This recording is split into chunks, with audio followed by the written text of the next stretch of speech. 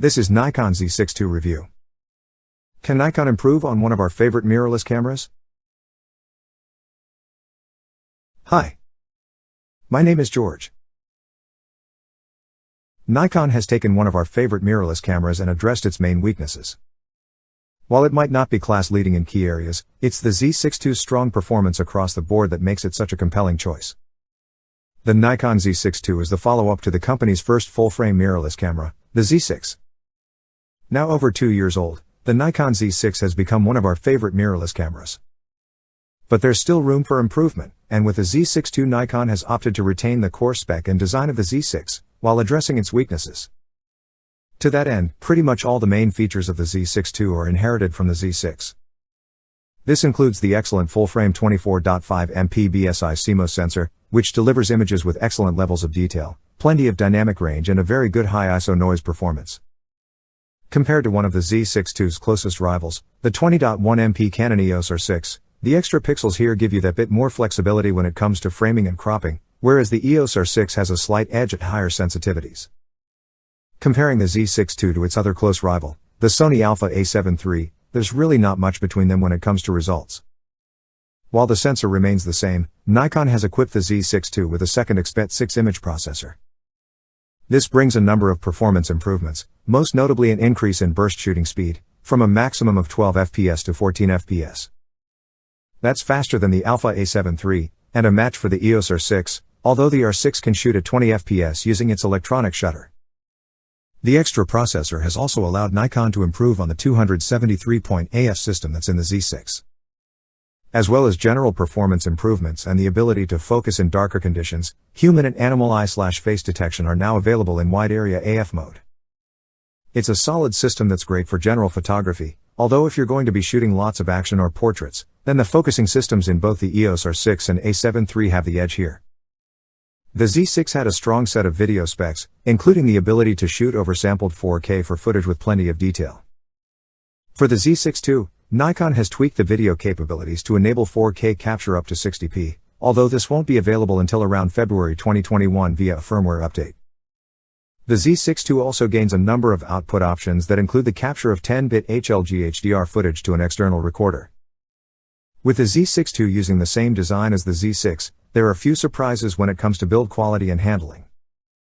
The magnesium alloy body parts, weather sealing and comfy grip make the Z6-II feel more durable than rivals, while Nikon has managed to squeeze in a UHS-2 SD card slot alongside the XQD/CF Express card slot, resolving one of the key weaknesses of the Z6. There's no getting around the fact that the updates found in the Z6-II are modest at best. However, while existing Z6 owners shouldn't be tempted to upgrade, if you're looking for a quality full-frame mirrorless camera, you're not going to go far wrong with the Nikon Z6-II. While rivals might outclass it in some areas, the Z6-II has consistency on its side, performing strongly across the board. If you can live without the upgrades though, do check out the Z6, it's still on sale for now, and the money you'll save over a Z6-II will go a long way towards a new lens. Like the Z6, the Z6-II can be purchased with the excellent Nikon 24-70mm f/4S standard zoom for $2,600, £2,549, £4,399 Australian dollars. If you're looking to upgrade or invest in a second body, you can buy the Z6-II body only for $2,000, £1,999, £3,399 Australian dollars, while those looking to pair the Z6-II with their F-mount DSLR lenses can add the FTZ lens adapter for around $150, £150, £250 Australian dollars. The Nikon Z6-II will naturally be compared to Sony's Alpha A7 III, while the arrival of the Canon EOS R6 means many will also see that camera as a key rival. The A7 III is almost 3 years old now, but it still packs a serious punch and will cost you in the region of $2,880, £2,650, £4,640 Australian dollars with Sony's 24-105mm f/4G, which is a little more versatile than Nikon's kit lens. The EOS 6 South African rand is also priced a bit higher than the Z6-II at $2,799.99 £2,849, £4,799 Australian dollars, although this comes bundled with the relatively slow and variable aperture 24-105mm f/4 to 7.1 lens, which isn't quite a match for the lenses paired with the Z6-II or A7 III. The Nikon Z6-II arrives just over 2 years since the Z6 launched, and Nikon has opted to keep the new camera's design virtually identical to that of its predecessor. While this might seem unimaginative on Nikon's part, and also a way to save some RAM costs, the decision to use the same body is no bad thing. The Z6 is one of the best handling mirrorless cameras out there, with controls falling easily to hand and key settings quick to access.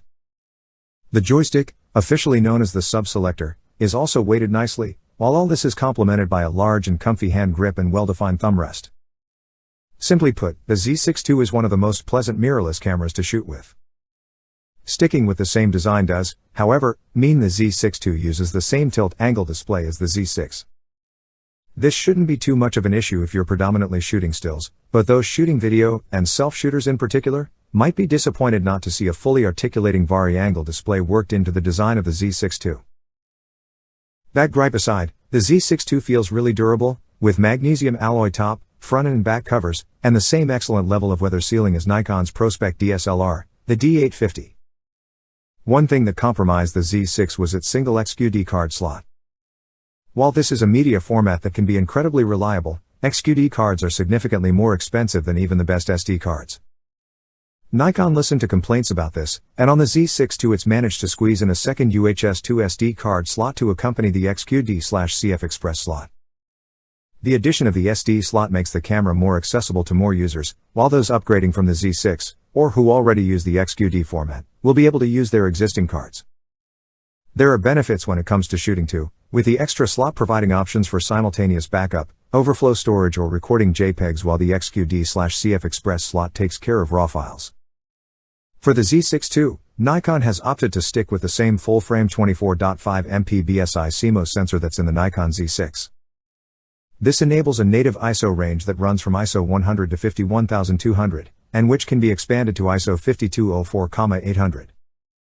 While the Z6-II keeps the same sensor, Nikon has managed to squeeze in a second XPET-6 processor. This delivers a number of improvements, the most notable of which is an increase in burst shooting speed to an impressive 14 FPS, up from an already quick 12 FPS on the Z6. The Z6-II also uses the same 273-point AF system as the Z6, though there have been some improvements here too. Overall performance has been improved, while human or animal eye/face detection is now available in the wide area AF modes, rather than just the auto area mode. Focusing in low light should also be better, as the Z6-II can focus in light levels as low as 4.5 eV, improving on 3.5 eV of the Z6, while a low light AF mode sees the Z6-II able to achieve focus at an incredible 6 eV. The Z6 already had some impressive video credentials, and the Z6-II improves on these further.